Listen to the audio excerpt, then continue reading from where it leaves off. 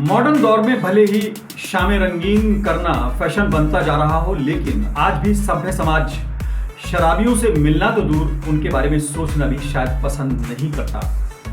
लेकिन आज हम आपको एक ऐसे शराबी से मिलवा रहे हैं जो कि अनोखा है, अनूठा है और बेमिसाल है। एक ऐसा शराबी जिसने कभी ये नहीं सोचा कि वो बोतल को हाथ तो क्या लगाए, छूकर भी ना देखे, सोचे भी ना बोतल के बारे में और शराब के बारे में। मैं शराबी नहीं, मैं शराबी नहीं, मैं शराबी नहीं, मैं शराबी नहीं। इतना ही नहीं, वो लोगों का ब्रांड एम्बेसडर, उन शराबियों का ब्रांड एम्बेसडर तो है, लेकिन खुद शराब से बहुत दूर रहा पूरी जिंदगी। आज एक ऐसे शराबी से हम आपको मिलवा रहे हैं, थोड़ा दिल थाम कर बैठिए। तेरी महफिल में ओ साकी हम चले आए नशे में, अब तो बस ये है तमन्ना उम्र कट जाए नशे में, उम्र कट जाए नशे में। जी हाँ, यह है बॉलीवुड का वो सितारा जो कि हमेशा फिल्म जगत पर, भारतीय सिनेमा जगत पर छाया रहा। उसकी आवाज का जादू पूरी दुनिया ने न सिर्फ महसूस किया बल्कि लोग झूम गए। ये वो आवाज है जो कि हर मामले में बेमिसाल है और शराबियों के लिए एक ब्रांड एम्बेसडर के तौर पर बनी जरूर, लेकिन उसने किसी चेहरे को, किसी शख्स को, किसी किरदार को मायूस नहीं किया। जवान हीरो हो या फिर बूढ़े किरदार, कॉमेडियन हो या फिर कोई सीरियस शख्स या फिर कोई डूबा हुआ आशिक, सबके लिए ये आवाज वरदान बनी रही। और खास तौर से शराबियों के लिए तो ये एक आवाज खास रही। आज हम इस पर विस्तार से बात करेंगे और आपको थोड़ा सा मैकदे की सैर कराएंगे इस आवाज के सहारे। छलके तेरी आंखों से शराब और ज्यादा। हमने जब पत्रकारिता शुरू भी नहीं की थी, हमको लिखने का शौक हुआ तो 97 के आसपास हमने एक आर्टिकल लिखा जो कि शायद हमारा पहला आर्टिकल था, और वो था मोहम्मद रफी साहब के ऊपर। मोहम्मद रफी 31 जुलाई को इस दुनिया से चले गए थे और उसी की याद में हमने एक आर्टिकल लिखा, अखबारों में वो छपा था और वो हमारे लिए एक तरह से प्रेरणा स्रोत रहा और हमारी हौसला अफजाई हुई। एक कलाकार के तौर पर मोहम्मद रफी बहुत हमको भी पसंद है, लोगों को भी पसंद है। उनके चाहने वाले कितने हैं ये शायद आप न गिन पाए, न कोई गिन पाएगा। उनके गानों को लोगों ने हर अंदाज में महसूस किया। कुछ लोग ये कहते हैं कि अगर गायकी का, खासतौर से संगीत का और मौसीकी का खासतौर से कोई भी रंग देखना है तो रफी को सुनिए। यानी गाने को लेकर अगर आपको वैरायटी देखनी है, चाहे वो किसी भी तौर पर हो, बच्चों के लिए हो, कॉमेडी हो या फिर आशिकी हो या फिर कोई भी चीज हो, रफी साहब ने उसको बहुत खूबी के साथ न सिर्फ अदा किया है बल्कि एक पर्याय बन गए हैं सिर्फ आवाज के दम पर। यह अलग बात है कि कुछ फिल्मों में उन्होंने काम करने की शुरुआती दौर में कोशिश तो की, लेकिन उनको गायकी में जो कामयाबी मिली, जो उरूज मिला, जो उनको पहचान मिली और जो ऊंचाई उन्होंने छू ली, उसको पाना लगभग नामुमकिन है। लेकिन आज हम शराबियों के ऊपर खास तौर से उनके कुछ ऐसे गाने लेकर आए हैं जिनके कुछ मुकड़े हम आपको सुनाएंगे। इसलिए शायद आपको ऐसा लगेगा कि मिठाई की दुकान पर ले जाकर थोड़ी थोड़ी मिठाई आपको हम चखा रहे हैं। आपके शौक को और आपके इश्तियाक को हम और बता रहे हैं, इसलिए हम आपको राय देंगे कि ये तमाम गाने ही नहीं बल्कि और भी गाने आप पूरे सुन सकते हैं। अब तो बहुत आसानी हो गई, पहले तो लोग एलपी रिकॉर्ड्स में और खासतौर से कैसेट में और उसमें लोग सुनने की कोशिश करते थे। अब तो हर चीज़ अवेलेबल है, डिजिटल एक तरह से प्लेटफॉर्म पर भी और तमाम जगहों पर भी। लेकिन हम आपको आज उस शराबी से मिलवा रहे हैं जिसने बोतल को कभी जहन में भी नहीं लाया। एक नेक शख्स, एक नेक हस्ती, उसने शराबियों को कैसे आवाज बख्शी, कैसे उनकी जज्बात की तर्जुमानी की, कैसे उनको रिफ्लेक्ट किया, सुनिए। अरे अरे अरे अरे, ना मुझको हिचकी आई, ना पाँव मेरा फिसला, शराबी कहता है मुझको जमाना है बड़ा पगला। आपने सुना होगा कि हजारों साल नरगिस अपनी बेनूरी पे रोती है, बड़ी मुश्किल से होता है चमन में दीदावर पैदा। लेकिन हम आज दावा करते हैं कि लाखों साल भी अगर फिल्म इंडस्ट्री रोए तो रफी दूसरा शायद पैदा होना नामुमकिन है। ये वो आवाज थी जो कि फिल्म जगत को वहाँ के कलाकारों को अपनी आवाज़ से न सिर्फ एक तरह से ऊंचाई तक ले जाती थी, लेकिन मेलोडी का जो एक ज़माना था उसमें रफ़ी साहब का कोई सानी नहीं था। शराबी के अंदाज में उन्होंने न सिर्फ धर्मेंद्र, दिलीप कुमार, महमूद या फिर जितेंद्र या और तमाम लोगों के लिए तर्जुमानी की, अलग अलग अंदाज में की।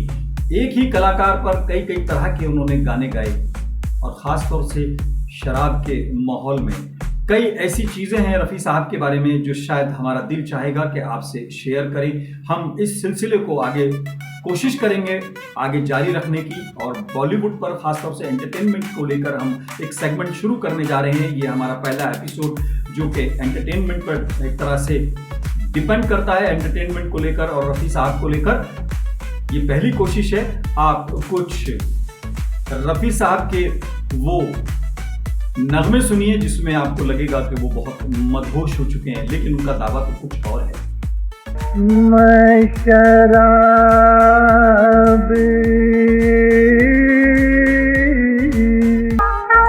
मैं शराबी।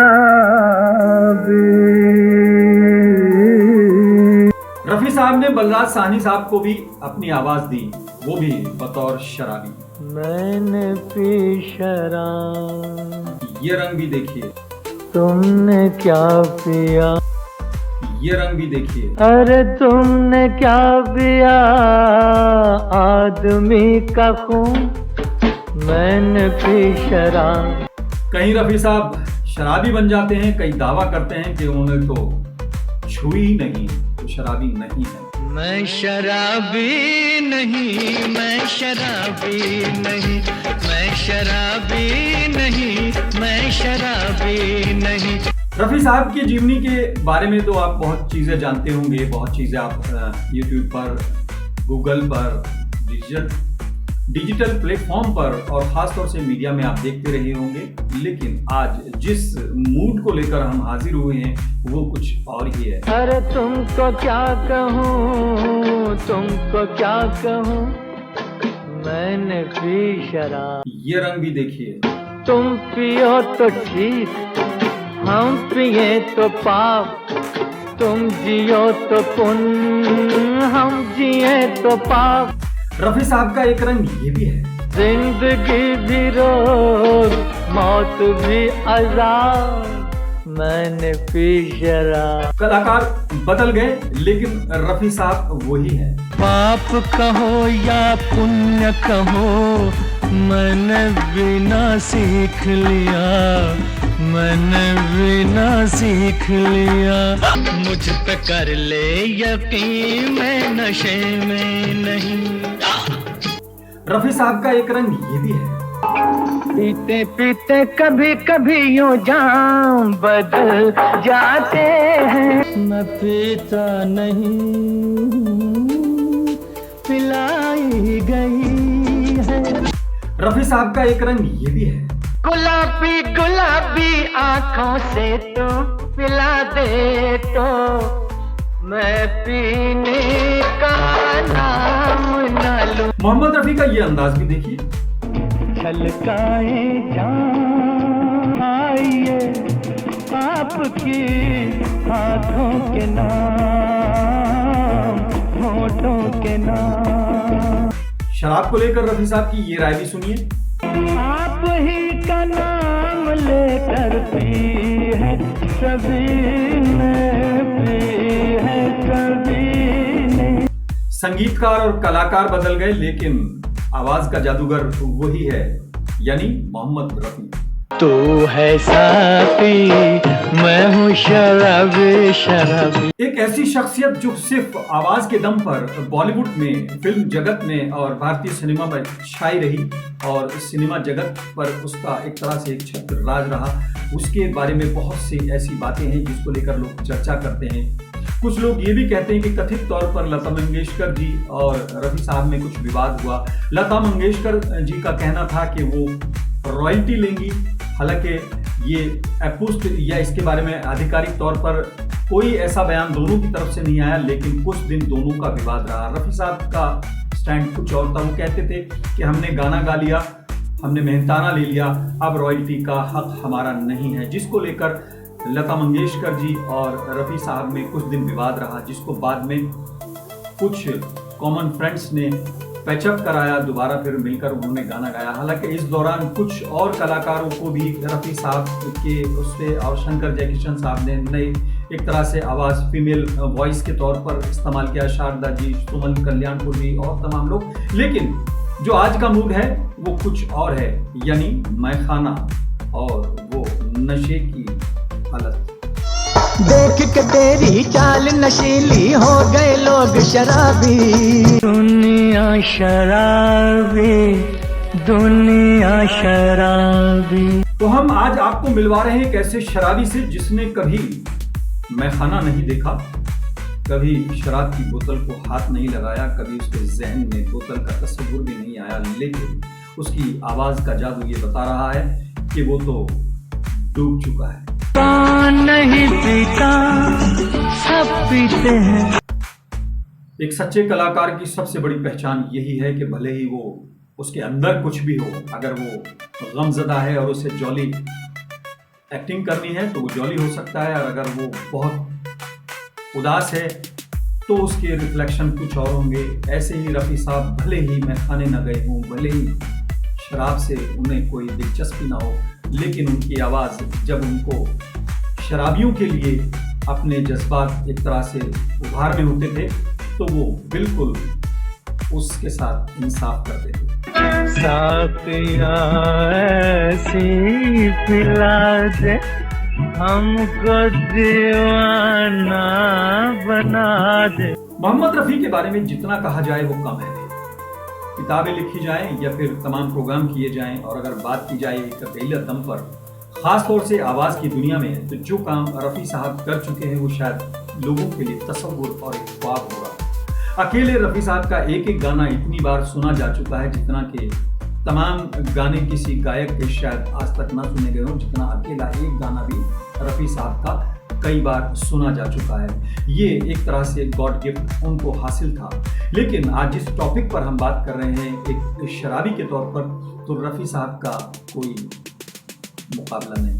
ये महफिल, ये बोतल, ये रंगीन पानी, इसी में हमारी है सारी कहानी। ये टॉपिक भले ही आपको लग रहा हो कि एक शब्द के ऊपर टिका हुआ है, मैखाना या शराब या फिर नशा, लेकिन रफ़ी साहब ने इस अकेले नाम को कितने अंदाज में, किस तरह से, किस किस के लिए अदा किया, ये आप महसूस भी कर सकते हैं और आप आज भी अप्रिशिएट कर सकते हैं, और आज भी आप इन गानों को सुनकर एक तरह से एंजॉय कर सकते हैं। ये कहती है दुनिया किसे छोड़ दूं मैं, ये बोतल बुरी चीज है तोड़ दूं मैं।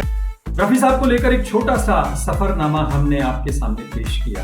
हमें यकीन है कि आपको हमारी पेशकश, हमारा अंदाज भले ही पसंद आया हो या ना आया हो, लेकिन यकीनी तौर पर ये हम दावे के साथ कह सकते हैं कि ये तमाम वो गीत और वो नगमे हैं, वो गाने हैं जो कि आपको न सिर्फ महसूस कर देंगे, आपके ऊपर जादू कर देंगे, बल्कि आप ये कहने को मजबूर हो जाएंगे कि रफ़ी तो रफ़ी है। मगर क्या करूं, है आदत पुरानी।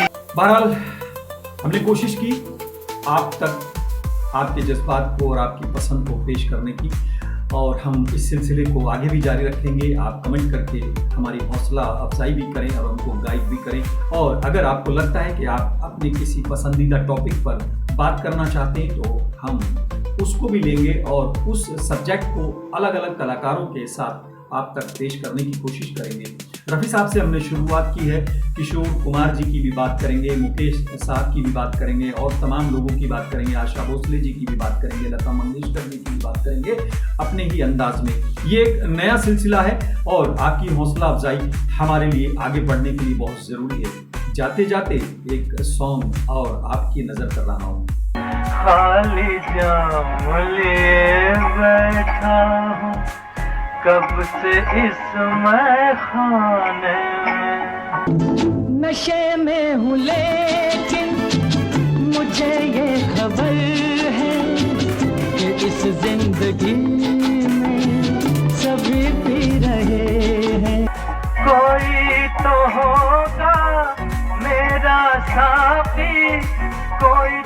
प्यास बुझाएगा।